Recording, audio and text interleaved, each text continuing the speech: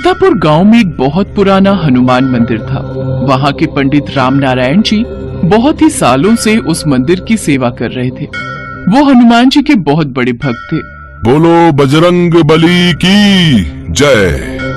हम सभी भक्तों पर अपनी कृपा बनाए रखना प्रभु, आपकी सदा ही जय हो। राम राम पंडित जी। राम राम बेटा, ये लो हनुमान जी का प्रसाद। ये लो बेटी, तुम भी लो। राम राम पंडित जी, अब तबीयत कैसी है? सुना था आप बहुत बीमार थे। मौसम है सर्दी का, ये तो चलता ही रहता है। थोड़ी सर्दी खांसी और जुकाम हो गया था बस। ठीक तो मुझे होना ही था। हनुमान जी मुझे याद कर रहे थे, उन्होंने ही जल्दी ठीक कर दिया और मैं मंदिर आ गया। आपकी सारी चिंताओं का समाधान अब हो ही गया समझो। राम राम पंडित जी। राम राम जमींदार साहब। आज सुबह सुबह पंडित जी, अब मैंने सोच लिया है कि आपको भी थोड़ा आराम चाहिए, इसीलिए आपका हाथ बटाने के लिए मैंने शहर से केशव को बुलाया है। मेरे साले जयप्रकाश के घर के पास ही मंदिर में एक पंडित जी हैं, उनका बेटा है केशव।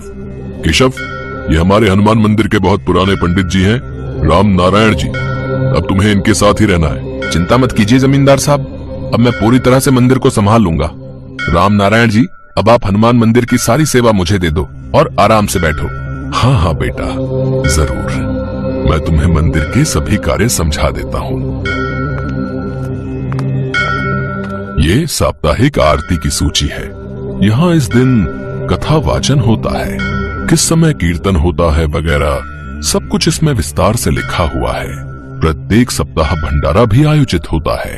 धीरे धीरे तुम सब सीख जाओगे। राम नारायण जी केशव को सब कुछ समझाते रहे और केशव ध्यान से सुनता रहा। हनुमान जी की मूर्ति बहुत सुंदर थी। उस पर सोने का मुकुट, गले में सोने की माला तथा सोने के अन्य आभूषण भी जड़े हुए थे। केशव का सारा ध्यान बस हनुमान जी के सोने के आभूषणों पर ही रहता था। उसके मन में सोने के आभूषण देखकर लालच उत्पन्न हो गया और वो आभूषण चुराने के लिए योजना बनाने लगा। ऐसा क्या करूं जिससे सांप भी मर जाए और लाठी भी न टूटे? मुझे तो हनुमान जी की इस मूर्ति से आभूषण चुराने ही होंगे। बहुत महंगे आभूषणों से श्रृंगार किया हुआ है। बस मौका देखते ही ये आभूषण मुझे अपने कब्जे में लेने। बस ऐसे ही रोजाना राम नारायण जी देर से मंदिर आए, फिर मेरे पास अच्छा मौका रहेगा। राम राम पंडित जी। पंडित राम नारायण जी नहीं आए क्या? हाँ, वो आजकल मैं मंदिर की काफी चीजें संभाल लेता हूँ ना, इसीलिए वो देर से आते हैं। कुछ काम था? हाँ, वो उन्होंने हवन की सामग्री लिखवाने के लिए बोला था। अच्छा, कोई बात नहीं, मैं लिख देता हूँ। केशव हवन की सामग्री लिख देता है। शुक्रिया पंडित जी, बहुत बहुत धन्यवाद। खाली धन्यवाद से काम नहीं चलेगा। कुछ दान दक्षिणा तो दो। मैंने इतना समय लगाकर सामग्री लिखी है, कम से कम 501 रुपया लूंगा। पर मेरे पास इतने पैसे नहीं हैं। पंडित जी ने तो कभी मेरे से इतने पैसे नहीं मांगे। अरे पंडित जी अब बूढ़े हो गए हैं, उन्हें क्या समझ कि कैसे काम चलाना है? हमें भी तो खर्चा पानी निकालना होता है। लाइए, दीजिए, दक्षिणा दीजिए। तभी पंडित राम नारायण आ जाते हैं और वो केशव को ऐसा करता देख लेते हैं। केशव, ये क्या कर रहे हो?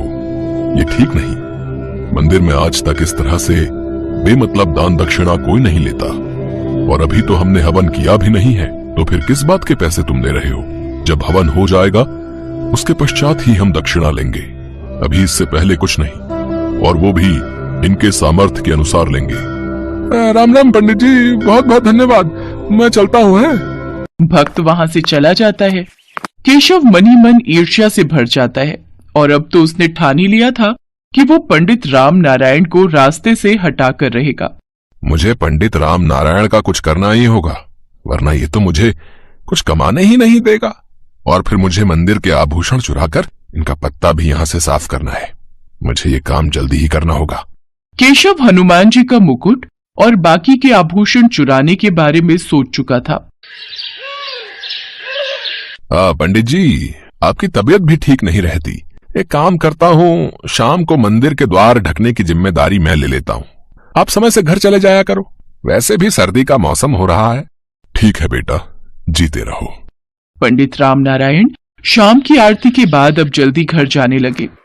पीछे से केशव मौका तलाशने लगा और एक दिन उसे मौका मिल ही गया और वो हनुमान जी के मंदिर से आभूषण की चोरी करके वहां से भागने लगा। अरे कौन है? कौन है? छोड़ो मुझे, कौन है? केशव जैसे ही पीछे मुड़कर देखता है, साक्षात महावीर हनुमान उसके पीछे खड़े थे। अरे मेरा मुकुट और मेरे आभूषण चुराकर कहाँ भाग रहा है? तुझे ऐसे थोड़ी जाने दूंगा। ला, मेरे आभूषण वापस कर। अरे अरे तुम तो ऐसी वेशभूषा में हो जैसे सचमुच के हनुमान जी हो। मैं तुमसे डरने वाला नहीं हूँ, बताओ तुम्हें। मूर्ख, तू मुझे पहचान नहीं पा रहा है लगता है। तुझे अपनी शक्ति दिखानी ही होगी, तभी तो यकीन करेगा। अरे छोड़ो छोड़ो मुझे। अरे मुझे हवा में क्यों घुमा रहे हो? अरे छोड़ो। अरे अरे अरे मुझे बचाओ बचाओ। केशव चिल्लाने लगता है। वो हवा में घूम रहा था। हनुमान जी मुझे छोड़ दो, मुझसे गलती हो गई। मैंने आपके मंदिर में चोरी की है।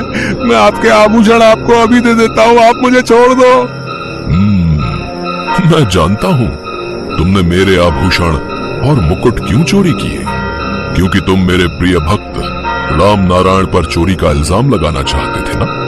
पर मेरे होते हुए मेरे किसी भी भक्त को कोई कष्ट नहीं पहुंचा सकता। मुझे क्षमा कर दीजिए हनुमान जी। सच तो यह है कि मैं ईर्ष्या से भर गया था। मुझे ज्यादा धन कमाना था, इसीलिए मैं राम नारायण जी को मंदिर से हटाकर खुद वहां रहना चाहता था। इसीलिए मैंने आपके मंदिर में चोरी की। मुझसे बहुत बड़ी भूल हो गई हनुमान जी, मुझे क्षमा कर दो। मैं अब से ऐसी गलती कभी नहीं करूंगा। पूरी श्रद्धा और भक्ति के साथ आपकी पूजा और भक्ति करूंगा। सबसे प्रेम से रहूंगा और कोई बेईमानी नहीं करूंगा। ठीक है, मैं तुम्हें क्षमा कर रहा हूं। जाओ, ये मुकुट और आभूषण मंदिर में वापस रख दो और अपने कार्य को पूरी ईमानदारी से करो। केशव हाथ जोड़े खड़ा था। हनुमान जी वहां से अंतर्ध्यान हो जाते हैं। केशव की आंखों में पश्चाताप के आंसू थे। वो मंदिर में वापस जाता है और फिर से हनुमान जी को मुकुट और सारे आभूषण वापस पहना देता है। कहते हैं कभी कभी जब भक्त राह भटकने लगते हैं तो भगवान को उन्हें सीधे रास्ते पर लाने के लिए धरती पर आना ही पड़ता है। केशव को सबक मिल गया। उसे अपनी भूल का एहसास हो गया और अगले दिन से उसने अपने व्यवहार को बदला। वो भी पंडित राम नारायण की तरह मंदिर में पूरी श्रद्धा भावना से हनुमान जी की पूजा और भक्ति करने लगा।